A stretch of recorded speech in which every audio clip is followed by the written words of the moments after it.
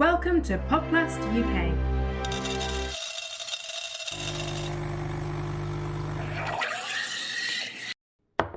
Hello and welcome to this Cappuccino Break episode.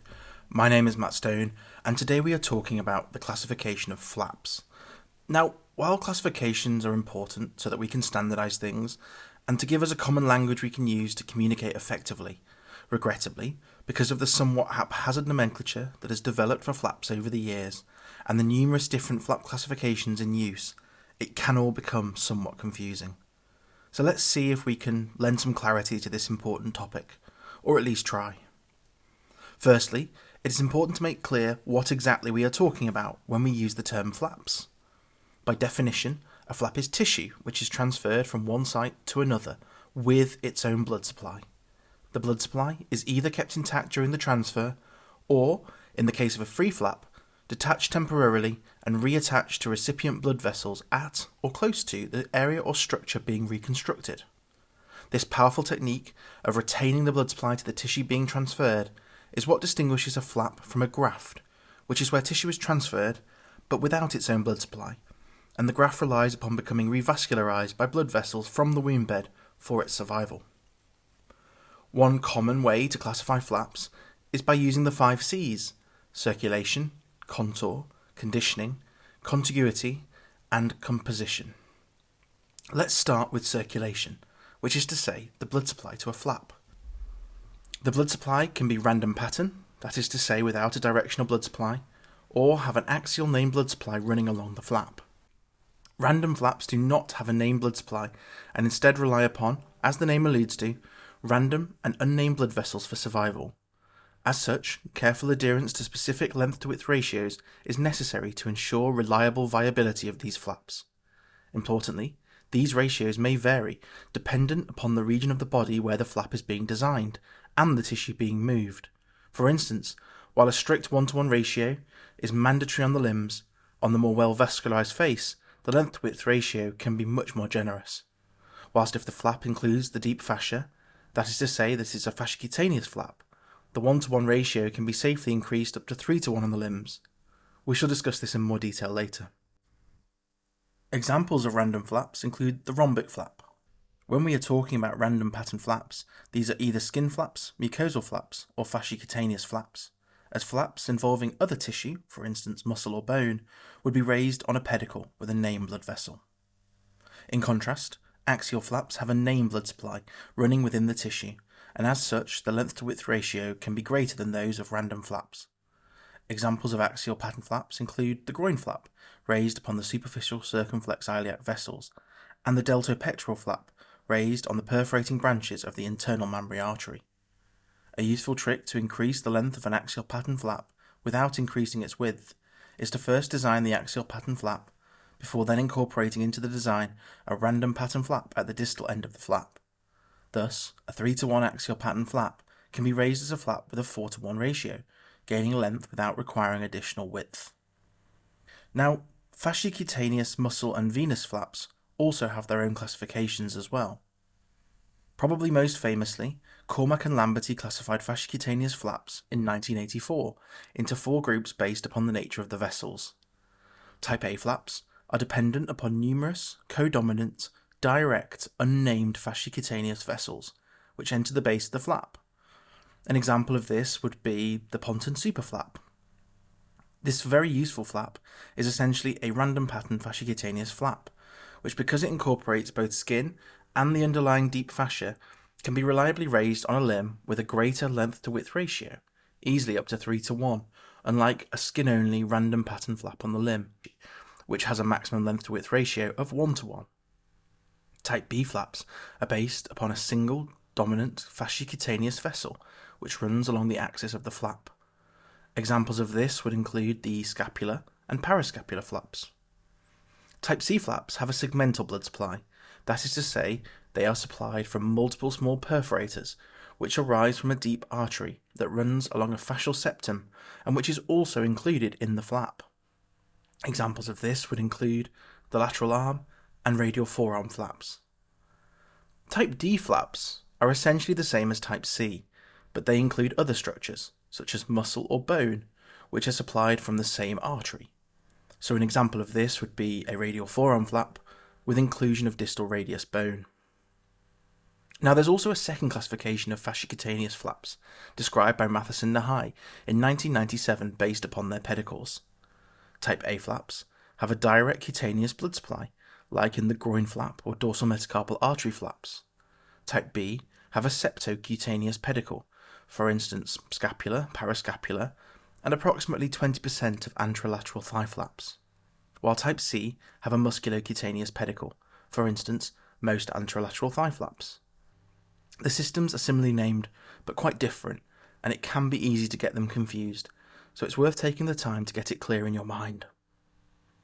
Moving on to muscle flaps, these can be classified with the widely adopted classification system of Matheson and Nahai, who subdivided these into 5 groups in 1981. Type 1 have a single vascular pedicle, which supplies the entire muscle. An example of this would be the gastrocnemius flap or tensor fasciae lata flap, and these are excellent candidates to transfer. Type 2 have a dominant pedicle, as well as several other minor pedicles, which are insufficient to supply the entire muscle on their own. Examples of this would include gracilis, and as these also have a dominant pedicle, they are usually excellent candidates to transfer like a type 1 once the minor pedicles have been ligated. Type 3 have 2 dominant pedicles, where each is supplied from different major arteries, and where each pedicle can supply the entire muscle. So an example of this would be gluteus maximus or rectus abdominis. Because these can be supplied by either pedicle, they are often excellent options for reconstruction. Type 4 have multiple segmental pedicles, where each supplies only part of the muscle. An example of this would be sartorius. These are usually poorer candidates for transfer outside the immediate area, as each perforator supplies only a segment of the muscle. Type 5 have 1 dominant pedicle, as well as secondary segmental pedicles, and either the dominant pedicle or the secondary segmental pedicles as a group are sufficient to supply the muscle. So examples of this would include latissimus dorsi and pec major. Again, these are generally great candidates for transfer. Finally, we have venous flaps, such as the long saphenous vein flap.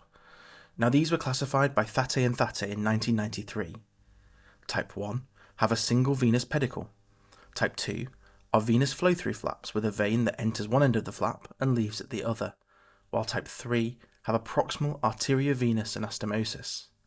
The mechanism of perfusion of these flaps is poorly understood, but may reflect small arteries running alongside the vein, arteriovenous anastomoses, or reverse flow of blood. As they are associated with variable outcomes and a higher risk of flap failure, usually secondary to congestion, venous flaps are rarely used in clinical practice in the UK. The next C is contour, which refers to the way a flap is moved or transferred into the tissue defect being reconstructed. So flaps may be advanced, for instance by just stretching the flap, or using Burroughs triangles, or V-to-Y advancement principles. Flaps may also be transposed, rotated, or interpolated, which is where the flap is moved over or under an intervening tissue bridge, such as in a paramedian forehead flap for nasal reconstruction. Then we have conditioning, whereby a variety of techniques can be employed to improve vascularity and thus the reliability of survival of the flap. These techniques include delay, supercharging, turbocharging to improve the existing blood supply, and or drainage of a flap. Prefabrication, however, is a technique whereby new blood vessels are introduced into tissue, given time to grow into this tissue to supply it, and then the flap can be transferred on this, its new blood supply. The next C is contiguity, whereby flaps are classified based upon the location of movement. For instance, local flaps are transferred to a defect immediately adjacent, for example rhombic and bilobe flaps used after excision of skin cancers on the face. Regional flaps are brought from further away, but still within the same region of the body, such as a pedicle medial gastrocnemius flap for coverage of the anterior knee. These are sometimes referred to as loco-regional flaps. Distant flaps are brought from a different region entirely, either as a pedicle flap, such as a pectoralis major used in head and neck reconstruction, where the blood supply within the vascular pedicle is kept intact during the transfer, or as a free flap, where the blood supply is detached temporarily and reattached to recipient blood vessels at or near the defect. The final C in this classification system stands for composition, whereby flaps are classified according to their constituent components, whether this be skin, fascia, muscle, bone, or commonly combinations of the above. Additionally, sometimes tendon or joints may be incorporated. We can therefore classify flaps as cutaneous, fasciocutaneous, fascial, musculocutaneous, muscle, osteofasciocutaneous, or bone, as well as many other combinations. Now this would be a good time to mention a special category of flaps, the chimeric flaps. These are flaps whereby multiple independent flaps, each with their own vascular supply, are harvested together on a common source pedicle. Finally, it is important to remember that there are other special characteristics of flaps, which may also need to be considered when classifying them. For instance, flaps may be tubed to facilitate staged reconstruction, they can be expanded to increase the size of the flap, or pre-laminated to add anatomical components to create a bespoke flap. A detailed discussion of these complex secondary characteristics is beyond the scope of this episode, however, we shall address these in the future. There are lots of ways to remember the different ways to classify flaps, but one I find helpful is the mnemonic "Plastic surgeons love moving soft tissue," to remind you to think about perfusion, structure, location, movement, and special characteristics. So to take the example of a radial forearm free flap used in a head and neck reconstruction, this could be classified as a distant free flap, which is fasciocutaneous incorporating skin, subcutaneous tissue and fascia, with a Cormack and Lamberty type C blood supply. There's a lot of detailed information in this episode, so maybe make yourself another drink and listen again. I hope that was useful. Goodbye. Podplast UK is a collaboration between UK and Irish plastic surgery trainees and consultants. The content reflects individuals' practice and opinions may vary. If you have any feedback, do get in touch. We hope that this has been interesting and useful. If it has, remember to follow us for future sessions.